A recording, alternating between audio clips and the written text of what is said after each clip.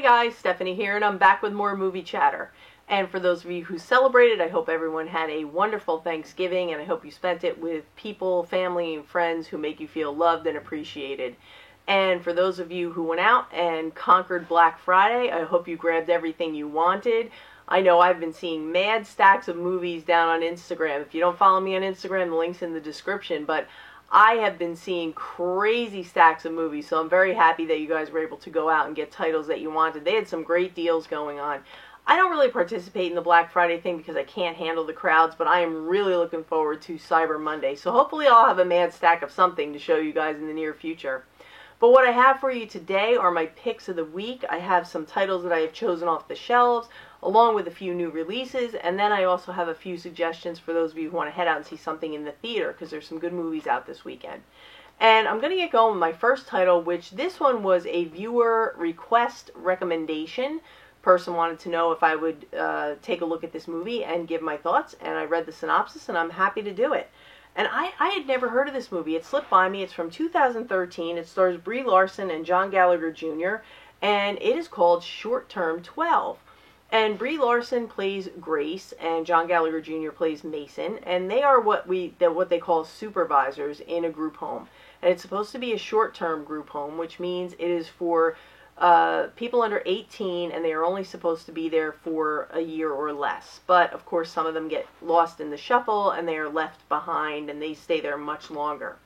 And Grace and Mason are not therapists, they're not mental health workers, but the supervisors, what they do is they actually are the ones who work hands-on with these kids every single day. They're the ones who roll up their sleeves and are down in the trenches with these kids.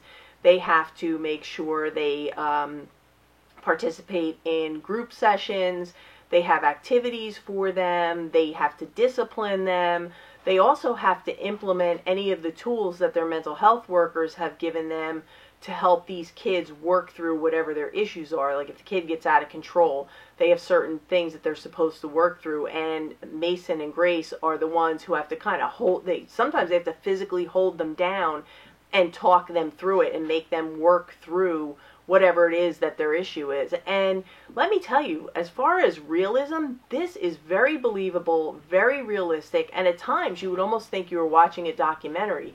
The performances across the board were unbelievably good. I thought Brie Larson was great in this role. She was fantastic and very believable, like I said, as Grace. And we have two main stories that go on here, and I don't want to tell you too much about either one. I'm going to give you a little snippet to go on, because anything too much is going to ruin the movie.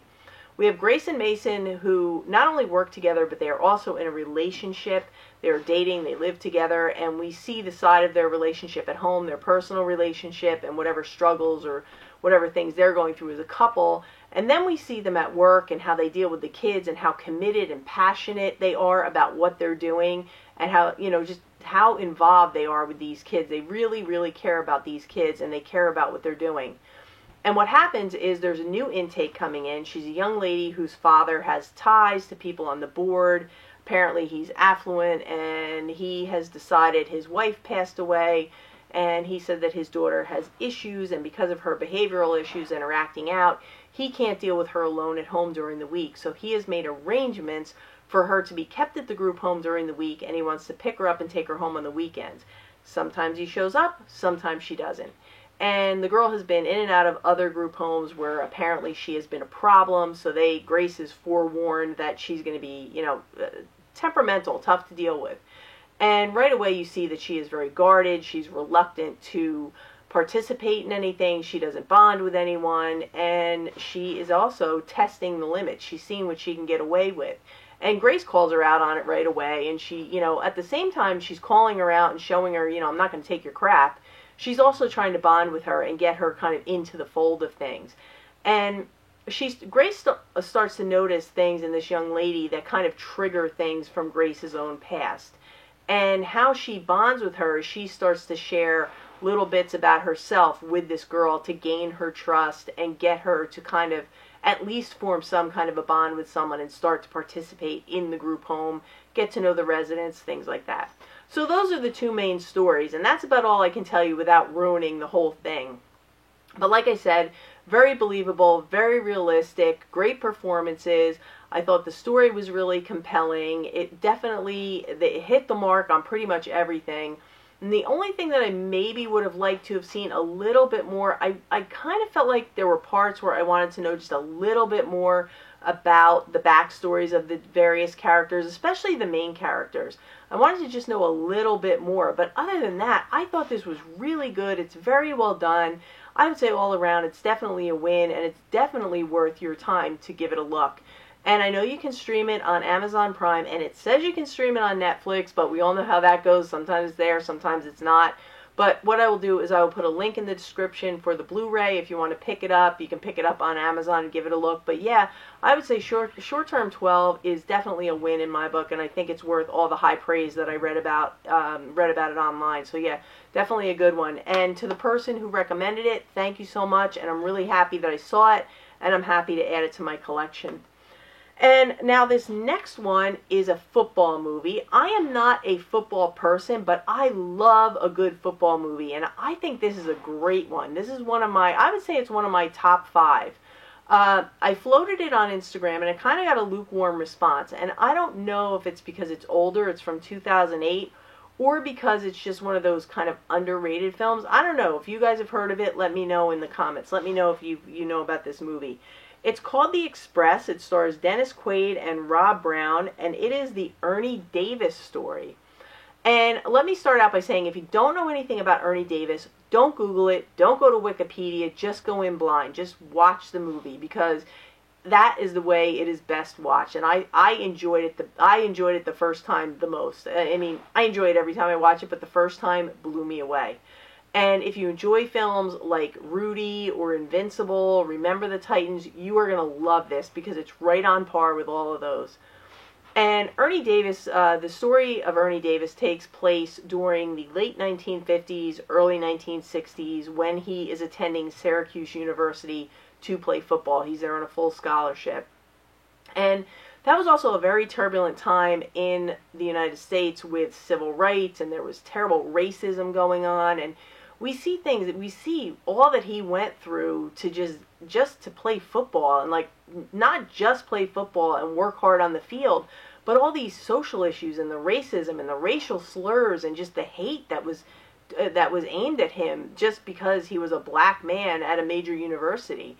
And there was one point in the movie when they were playing down south, and the coach actually pulls him aside. He says, "Listen, I can't let you make this touchdown." And he says, "Why? I can make the touchdown." He goes, "I know you can, but I can't let you, because we may never make it back to the bus." And that's how serious it was. So he was up against a whole lot to be able to, do what he wants to fulfill his dreams of being a football player at Syracuse. But wow, and besides the social issues, his list of accomplishments at Syracuse University is staggering. And I'm not going to get into it, because that is a big part of the movie. But what a great movie, and it gives you a lot of stand-up and cheer moments. You get to see plenty of action. There's plenty of really realistic football action. Dennis Quaid does a great job playing the coach of Syracuse University. And I would say, if you're a fan of a good football movie, you owe it to yourself to check out The Express, because I think it's great. It's a fantastic one, and Ernie Davis, so deserving of having a movie made about his life. It's a really, really good one. And it's rated PG. It says there's some violence and language, and like I said, because you have the racial slurs and whatnot. But other than that, I think this is pretty suitable for everyone. It's one of those you can pop in with the whole family and enjoy. But yeah, the Express, it's really a good one. And if you've seen it, let me know in the comments. Do you think it's underrated? Do you think it's just one of those films that a lot of people don't talk about? Or did I post it on a bad day on Instagram? Because like I said, it really got a lukewarm response, which surprised me, because I think it's a great movie. And this next one, I actually heard about from my friend Jay over at Absolute Sublime One, which you guys have heard me talk about Jay before. And he was doing, for the month of October, one of the things that he did was what he called random horror Blu-ray shelves, where he would take like 50 or 60 movies in a clip and just go through a shelf and talk about them. And this was one that he gave highest praise to, and I can understand why. It is called Let the Right One In. It says right on the front, best vampire movie ever. And I have to agree. And I am a big fan of vampire movies, and this hit it out of the park. And we have, it's two things. It's a vampire movie, and it's also a coming of age movie, because our two main characters are 12 years old. We have Oscar, who's a little young guy, 12 years old. He's smaller than the other kids in his class, and he is being relentlessly bullied at school. So he has these visions. He goes out in the courtyard of the apartments where he lives at night, and he's got this little pocket knife, and he's stabbing the tree, and he's pretending that he's taking revenge on the kids who have been picking on him at school. And then this girl wanders in, and her name is Ellie, and she's also 12 years old, but right away he notices that she's different, and she says to him, I can't be friends with you, but I can talk to you out here. And she's new to the complex. She's recently moved in, and she lives with a man who he believes is her father. And she says to him right away, I can't be your friend, but I can hang out with you out here and talk to you. And she meets him out there at night, and they become friends. And, Oscar knows there's something a little different about her. He says, aren't you cold? She's never wearing a jacket, and, little hints here and there. And ultimately, he does figure out that she is a vampire. And I can tell you that the sequences in here are really, there is real gore, real violence. It is a straight up hardcore vampire movie. I don't care if there's kids in it. They don't cut any corners in here. It's really, really solid. And the story is good, and you have the like I said, it's the whole parallel thing, the coming of age and the vampire thing, and it just works. I've never seen anything like this before, but this is great. The special effects are great, the gore sequences are great, the action is good, everything about it is really good. And let me tell you, she is one scary vampire. I don't care if she's 12 years old or she's 300 years old. She is scary when she gets going. But yeah, I would say Let the Right One In. It's definitely worth a look. Especially if you enjoy vampire movies, you're going to love this one. And it was supposed to be, it's supposed to be in Swedish, but with subtitles. But for some reason, mine went to English, and it started to go in English, but the lips didn't quite match up. So when I am going to rewatch this one, but when I rewatch it, I'm going to do it with the subtitles. But yeah, Let the Right One In is definitely a good one. And just in case you were wondering, they did do a reboot of it, an American reboot, and this is called Let Me In. And what I've heard about this one is maybe it wasn't absolutely necessary to do a reboot, but it's a good one. So yeah, you can watch Let the Right One In, and then Let Me In. I will link them both in the description so you can check them out if you want to. But yeah, it was a good one. That one definitely lived up to the hype. So Jay, thank you for that recommendation. It's a good one. And now these last two are new pickups. They're newer releases, and I saw them both in the theaters, but I don't know if I talked about either one of them in any of my videos. The first one is Crazy Rich Asians, which I'm sure most of you have heard about, or at least heard of, a little bit of buzz, because this one did quite well. I am not a fan of romantic comedies overall, but this was really good. It was funny, it was good, it was heartfelt. I really enjoyed this. And for those of you who don't know, brief synopsis, we have our two main characters who have been dating for about a year. She agrees to go back with him to Singapore, which is his home, to attend the wedding of his best friend. And when they get to Singapore, she finds out that his family is the wealthiest family in Singapore, and that he is basically the most eligible bachelor. So that's what where the movie takes us. And of course, there's conflicts with his family because, the mother doesn't really approve of her, and it follows the typical romantic comedy, outline that, what you would expect it to be. But it was really funny. Every joke I thought landed in here. The comedy was perfect, and the comedy with the drama was mixed. It was really mixed well. And this is a beautiful film. It is gorgeous. And I actually ordered the 4K version of this one because I kicked myself for just getting the Blu-ray, because I need to see this in 4K. The colors are absolutely stunning. So I really can't wait to give my 4K system a workout with this one. But yeah, Crazy Rich Asians, if you haven't seen it, I highly recommend it. You can probably Redbox it at this point, but I would say even go ahead and pick it up, and you can probably get it for a decent price with the sales that are going on right now. But yeah, it's really a good one, and I really enjoyed it, and I can't wait to watch it again. And this next one I saw in the movies as well, and I did get the 4K version, Black Klansman. And this one stars John David Washington, son of Denzel Washington, and I want to get his name right here. It takes place in the early 1970s. This film is from Spike Lee, and it is about Ron Stallworth, who becomes the first African-American detective in the Colorado Springs Police Department. I wanted to get that right, so I just read it off the back. And basically, this is his story, and what his thing is he goes in and he decides that he wants to expose the KKK, and he wants to infiltrate the KKK and call them out and expose them for the horrific things that they're doing. And this was a great movie. I enjoyed it from beginning to end. I like I said, I saw it in the theater, so I really want to watch it again at home, because anytime I go to the theater, I feel like I miss a million things because people are chewing and talking and walking and whatever. But I'm really looking forward to rewatching this one at home, and if you guys haven't seen this one, I highly recommend it. It is a great movie. Adam Driver's in this. Adam Driver's solid, and I thought all the performances around were great. The story is great, and, you know, it's the real deal. So, yeah, definitely give it a look. I did pop this in to see how the transfer looks, and it looks really good. It looks really the way it's supposed to look. It's a very clean transfer, so if you're on the fence about whether you should pick up the 4K, if you can get a deal on it, go ahead. It's a no-brainer. But, you know, I paid full price for it, but now's the time you could probably get a decent deal on it and definitely take it up on it. It's definitely worth the 4K. So BlacKkKlansman would be my last pick for home. And as for the theater, everybody knows the big buzz right now, all the buzz is about Creed 2. So I'm actually going to go and see that one, I think tonight. It's the next chapter in the Rocky franchise, and we all know what that's about, and we all know that that's going to be a great time. And it's getting high marks all around. It's doing very well. I recently saw Bohemian Rhapsody, and amazing. It's going to, I hope, bring a whole new generation of Queen fans, because I grew up with Queen. And I remember there was a time you couldn't turn on the radio without hearing another hit song from Queen.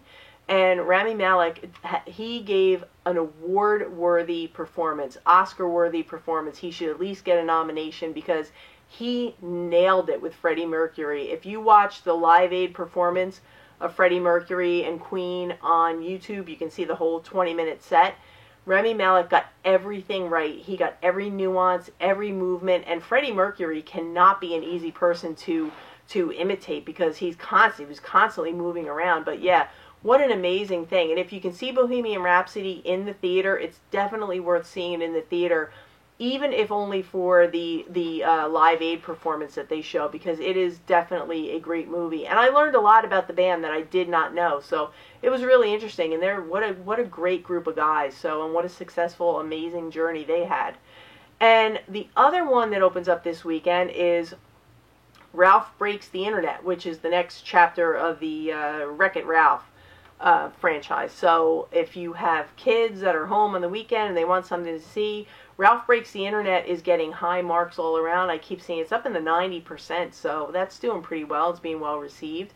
So we had New Incredibles this year, and then we're getting a new Wreck-It Ralph. So some good stuff coming out. But those are my picks for theater. So hopefully between the home pile and the theater, you guys find something or a few somethings that you'll enjoy. And I want to thank you guys as always for watching. If you enjoyed this, please give me a thumbs up, leave a comment, subscribe, hit the bell so you know when I upload my videos. And I actually think I am going to sit right here and record another Criterion segment because I have watched my Criterions that I need for my next review segment, so that'll be posting in a couple days. But until then, I just want to again thank you guys for being here, and for today, that's a wrap.